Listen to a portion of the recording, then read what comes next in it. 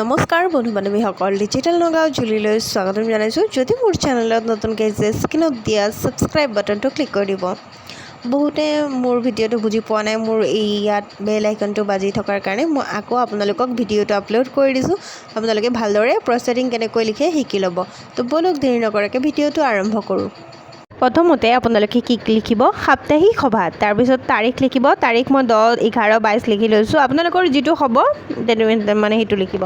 মই আগতে এই ভিডিঅ'টো আপলোড কৰিছিলোঁ, মোৰ বেল আইকনটো বাজে, ছাবস্ক্ৰাইবৰ বেল আইকনটো বাজে কাৰণে আপোনালোকে শুনিব পৰা নাই, সেইটো কাৰণে মানে বুজিব পৰা নাই মই কি লিখিছোঁ। তেতিয়াহ'লে মই কৈ দিছোঁ আপোনালোকক। ইয়াত লিখিছে গোটৰ নাম। গোটৰ নাম আপোনালোকে লিখিব পাৰে, নিলিখিব পাৰে, আপোনালোকৰ ইচ্ছা। তাৰপিছত সভাৰ স্থান লিখিব, যাৰ ঘৰত হ'ব তেওঁৰ বাসগৃহত লিখিব। তাৰপিছত বাৰ লিখিলে, সময় লিখিলে, তাৰপিছত সভাৰ সংখ্যা লিখিলে। তাৰপিছত এইফালে কাৰ্যসূচী 1 নম্বৰ লিখিব, কাৰ্যসূচী লিখিব। 1 নম্বৰ প্ৰাৰ্থনা, 2 নম্বৰ উপস্থিত আৰু পৰিচয়, 3 নম্বৰ সভানেত্ৰীৰ আসন গ্ৰহণ, 4 নম্বৰ লিখিব পূৰ্ব সভাৰ প্ৰতিবেদন, পাঠ ও আলোচনা, 5 নম্বৰ লিখিব সঞ্চয়, 6 নম্বৰ লিখিব অন্যান্য। তাৰপিছত ইয়াত লিখিব সভাত সংগ্ৰহ হোৱা সঞ্চয়ৰ পৰিমাণ। তো আপোনালোকে 200 টকা লিখি ল'লে 20 টকাকৈ হ'ব। 10 গৰাকী 20 টকাকৈ গোটা ল'লে কিমান হয়, 200 টকা। 200 টকা ল'লে সভাত আদায় দিয়া ঋণৰ পৰিমাণ।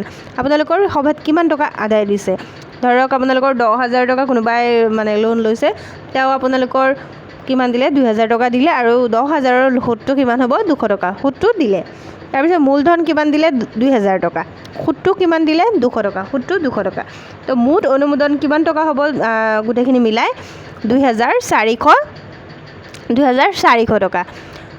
লিখিলে এইখিনি কেনেকৈ লিখিব লাগে, আৰু যদি বুজি নাপায় মোক কমেণ্ট কৰিব। তাৰপিছত প্ৰস্তাৱসমূহ 1 নম্বৰ লিখিলে মোৰ আপোনাৰ দেশ জাতীয় সংগীতেৰে আজিৰ সভা আৰম্ভ কৰা হয়। 2 নম্বৰ প্ৰস্তাৱটো লিখিলে আপোনালোকে আজিৰ সভাত সকলো সদস্যই উপস্থিত থাকি নিজৰ নিজৰ পৰিচয় দাঙি ধৰে।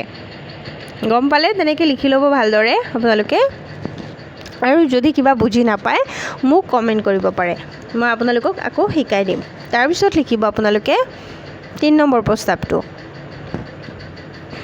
তাৰপিছত 3 নম্বৰ প্ৰস্তাৱটো লিখিব আজিৰ সভাত অস্থায়ী সভানেত্ৰী হিচাপে দীপা, এনেকৈ লিখি লৈছোঁ নামটো, তেওঁৰ নামটো লিখি সভাত সভানেত্ৰীৰ আসন গ্ৰহণ কৰি কাৰ্যসূচী চলাই নিয়ে।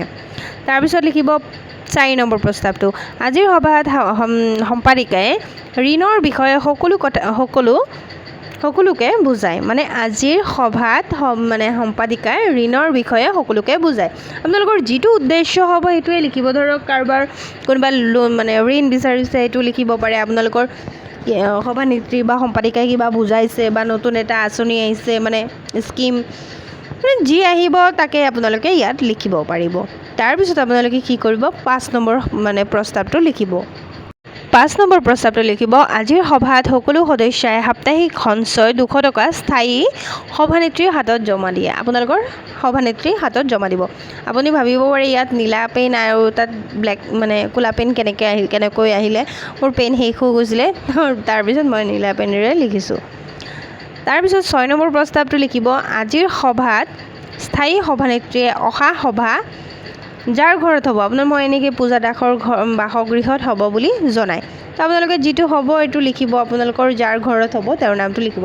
শেষত সকলো সদস্যাই ৰাষ্ট্ৰীয় সংগীতেৰে সভা ভংগ কৰে। আপোনালোকে ৰাষ্ট্ৰীয় সংগীত গাই সভা ভংগ কৰিব। তাৰপিছত আপোনালোকে লিখিব সভাত উপস্থিত সকলো সদস্যাৰ চহী। তাৰপিছত আপোনালোকে ইয়াত কি কৰিব, 1, 2, 3, 4 তেনেকৈ দি ল'ব, নাম্বাৰ দি আপোনালোকে চহী কৰিব।